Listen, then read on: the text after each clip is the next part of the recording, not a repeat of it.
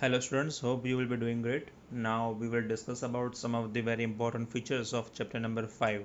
Whenever in the past in the classroom we have discussed about the dia, para, ferro and ferromagnetic material, that was somehow called as overview. But right now we will discuss about its very much important properties. The very first property we are supposed to discuss right now is called as a magnetization or magnetic intensity. That is called as a magnetic intensity. It is denoted by the symbol capital H. That is called as a capability of any material or a capability of magnetic field to magnetize any object, material or object. It will decide that our magnet will become stronger or poorer, and that is how we will just discuss about it. If you are just discussing this property with the terms of a solenoid or toroid, then its importance, then its a feature will be somehow changed, because whenever it has been placed in the magnetic field, its a feature is called as a number of ampere of turns flowing through the unit length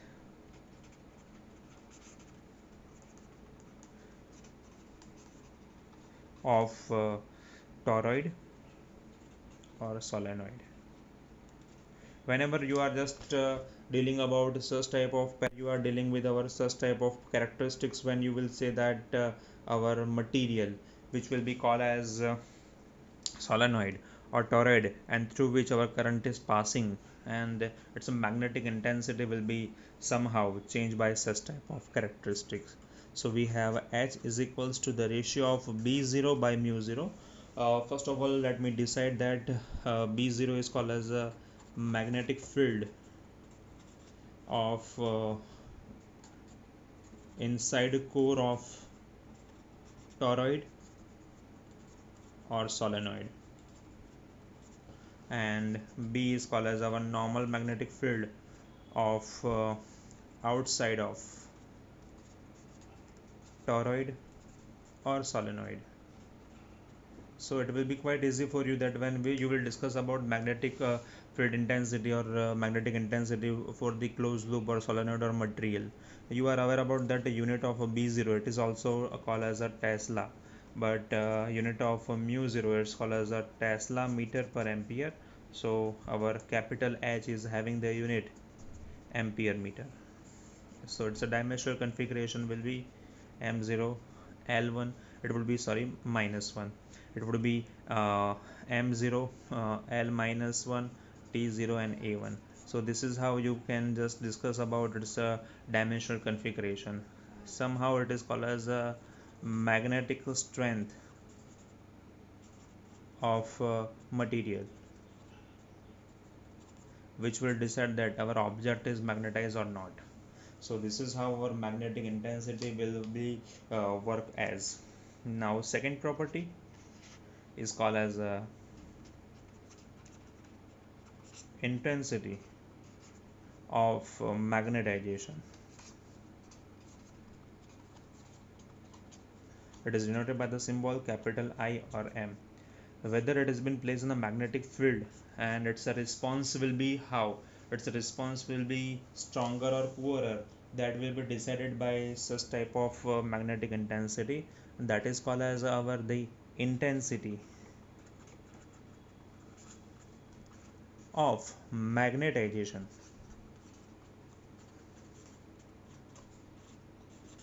of magnetized substance,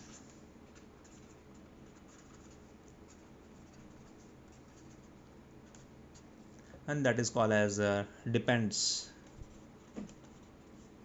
on the degree of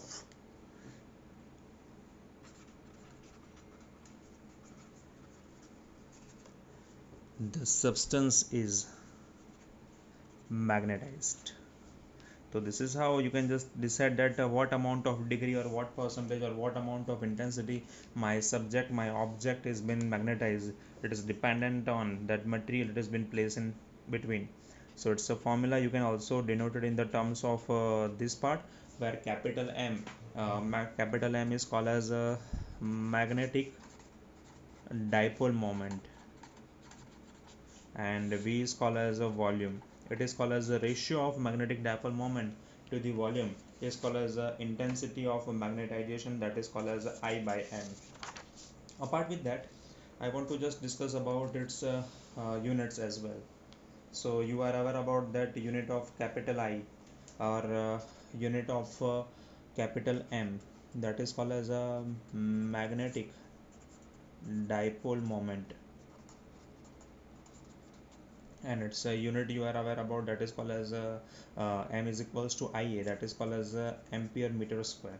So my unit of I is equals to capital M by V is called as ampere meter square divided by meter cube. So I have the same unit like H. So you can just say that its a dimensional configuration is also like that: M0, L minus 1, T0 and A1. So our intensity I is the ratio of our magnetic dipole moment M divided by V.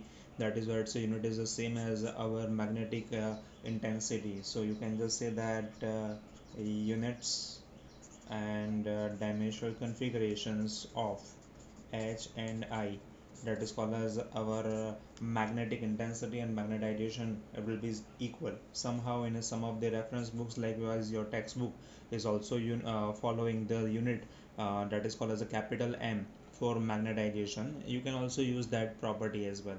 So I want to also highlight one more thing, that sometimes solenoid and toroid currents are also represented by the symbol capital H. So when we will discuss about hard or soft magnets, at that time we will discuss, and at that time we will just use that capital H as the unit of our magnetic intensity. The third property which I want to discuss right now is that another important unit, that is called as a magnetic induction.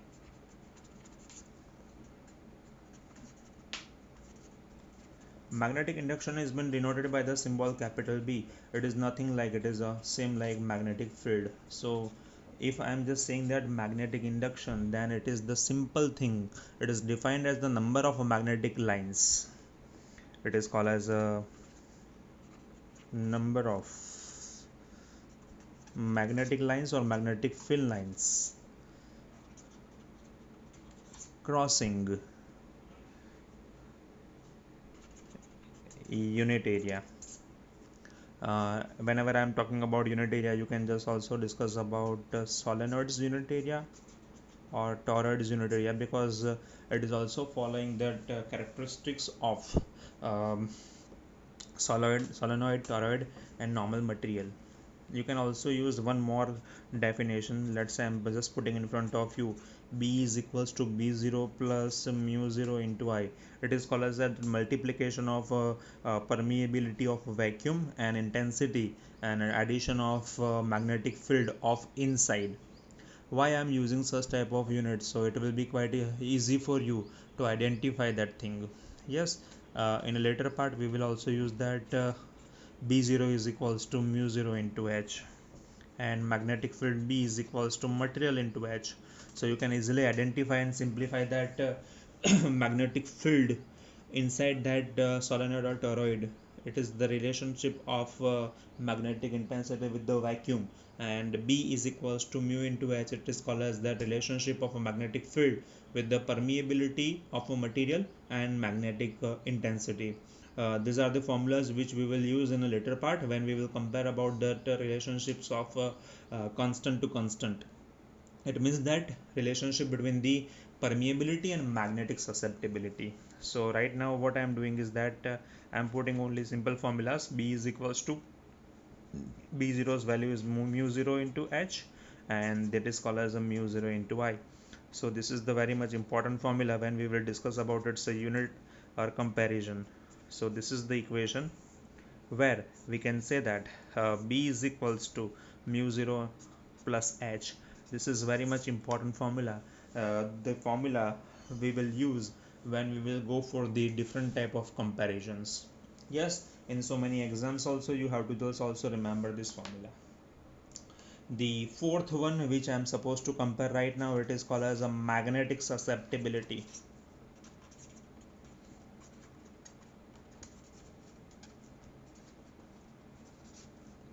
or it is been generally called as a susceptibility. It is denoted by the symbol chi m. It is read as written as a xm chi m. You can also take some of the constant k as well. It is called as a ky chi m. So it is called as a magnetic susceptibility. This is the normal generalized number which will decide that a substance has given that some of the importance to magnetic field. So it is called as our degree, or that some specific number or order of which our material is magnetized.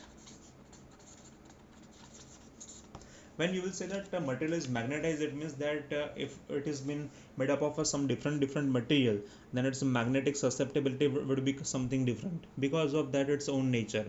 It is called as a one type of a material, its a chi-m is something different. So whenever it has been placed in the strong or weaker magnetic field, its a magnetic intensity or its a magnetization will be something different, and that ratio is called as a magnetic susceptibility as well. So I am also putting one more definition in front of you, and this definition is nothing else, it is the same thing. So I can just use that definition, which is called as chi m is called as the ratio of I versus H, or it is called as the ratio of M versus H. So you can just say that it is the ratio of magnetization to the magnetic intensity. So this is the thing where I can just tell you that chi m is the simply a number. So you can say that I have just discussed you that I and H contains the same unit. So my chi m is called as a unitless or dimensional configuration less quantity. Yes, it is a dimensional configuration less quantity. That is why whenever you want to discuss about its a unit or dimensional configuration, it is not possible because it is called as a unit less quantity. For some of the material, let's say I want to just mention about diamagnetic material, and another material I have that is called as a paramagnetic material. Yes, we will discuss about such type of numbers as well. So diamagnetic material, for that it's a chi m. This is holding a small value and it is holding negative value, while my chi m is holding that small value and that for positive value. Yes, in some of the school or some of the board or so many competitive exams, such type of MCQs can be asked, and that is called as our chi m. So chi m is a only generalized term which will be called as a comparison between the magnetic intensity or magnetization intensity. So whenever you will compare such type of material with another comparison, you will get such type of information. So after some interval of a time we will discuss about its values. So direct comparison, when I will just put that chi m is negative or positive or holding some higher value, at that time it is not justifiable to you, because at that time you are not sure what actual chi m is. So I have placed that definition. So chi m is just a number, it is called as an order, or it is called as a magnetic susceptibility of substance. So that is the thing where we can say that it is called as a comparison. So I have unit, that is called as a unit less quantity, and it is called as a dimensional less quantity. It's not compared or does not have any type of a specific unit as well. My fifth part, it is called as a magnetic permeability. Rather than I am just using magnetic permeability, I can just use that magnetic permeability of a material. You are very much aware from the right of the beginning of the chapter number 4, that is called as, it is called as amount of magnetic field lines entering into the material. It will be magnetized or not, it will be defined or just been decided by this definition. So you can just say that magnetic field lines uh, entering into the material, and then material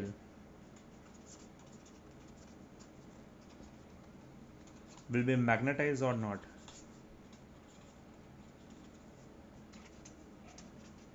will be decided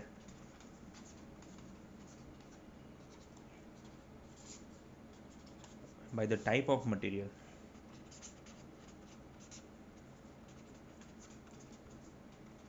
And that is nothing, that is called as a our permeability of a material. It is called as the ratio of magnetic field and versus H. It is called as magnetic field or magnetic intensity, and that total ratio is called as a mu. It is holding the same unit, that is called as a Tesla meter per ampere, which is holding the same unit as our mu 0. So as per unit point of view, dimensional configuration point of view, both are equal. But when properties are concerned, mu 0 is called as a permeability of a vacuum. It is only for the vacuum, while my mu, it is called as the type of the material's permeability, or called as a magnetic permeability of a material. It will be changing material by material. So whenever you are having mu and whenever you are having a mu 0, it means that both are something different, and it will decide that my material is been magnetized or not whenever placed under the magnetic field. It is decided by sometimes chi m as well and mu as well. One more thing I want to compare over here is that relative magnetic permeability. It is called as only the ratio, but yes, this ratio is also important. So whenever we are comparing our materials, so that is called as our relative permeability. You are aware about relative permittivity as well. So look like same. At that time, relative permittivity is only for the electric field, while relative permeability is on for the magnetic field as well. It is only the general ratio of permeability of a vacuum and permeability of a materials. That is the ratio. Apart with that, and I can also use one more generalized term, that is called as the ratio of magnetic field inside and outside, because we have just told, we have already discussed about B, that capital B is called as a magnetic field for outside part and magnetic field for the inside part. You can also take that ratio of magnetic field for the material and magnetic field for the vacuum. So we can just discuss about mu r. Mu r is also merely the number. Likewise, our susceptibility, chi m and mu r are unitless quantities. So its dimensional configuration is also not possible. So, but yes, whenever we will discuss about dia, para, ferro or ferry type of material, we will use its formulas as well. Now what we are going through is right now, it's called as a very important and very smaller formula. It is called as our comparison of materials permeability or relative permeability and susceptibility. So in some of the school exams, they are asking this theorem for the 2 marks. It is called as a relation between relative permeability and susceptibility. Rather than using such type of a very long nomenclature, we can just say that it is only comparison between the constants and constants, because I have already mentioned you that chi m and mu r both are unitless quantity. So that is called as our relationship between the mu r and chi m. It's called as a comparison between the constants and constants. It is the very general term I am using. So for such type of theorems proof, what I am using is very simple formula. I am using that very simplest simple part, that it is called as capital H is called as a magnetic intensity. H is the B by mu 0 minus I. So what I am doing is that I am just simplifying it. I am applying double implies, so I can have a mu 0 capital H is equals to B minus mu 0 into I. Or you can just instead of this one, if you have used capital M, so my formula H is equals to B divided by mu 0 minus capital M. So my formula will become mu 0 capital H is equals to B minus mu 0 M. So that is nothing else but only that instead of I have placed M as well. So what I am doing is that I am putting that equation number 1. So my equation number 1 is this one, mu 0 H. This is my initial equation. This is equation number 1. I am mentioning that mu 0 H plus mu 0 I is equals to B. So merely I am just putting mu 0 outside of my bracket. H plus I is equals to B. This is my very first expression which I will be using after some of the interval of time. Now what I am using right now is that in a susceptibility I have used that notation chi m is equals to I by H. So I can just use that I is equals to chi mh.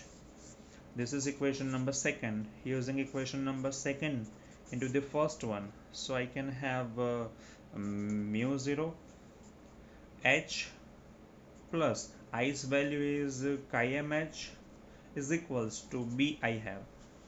Now I am bringing H outside, so my equation would be mu 0 capital H 1 plus chi m is equals to B. This is my another expression which will be useful in the next part.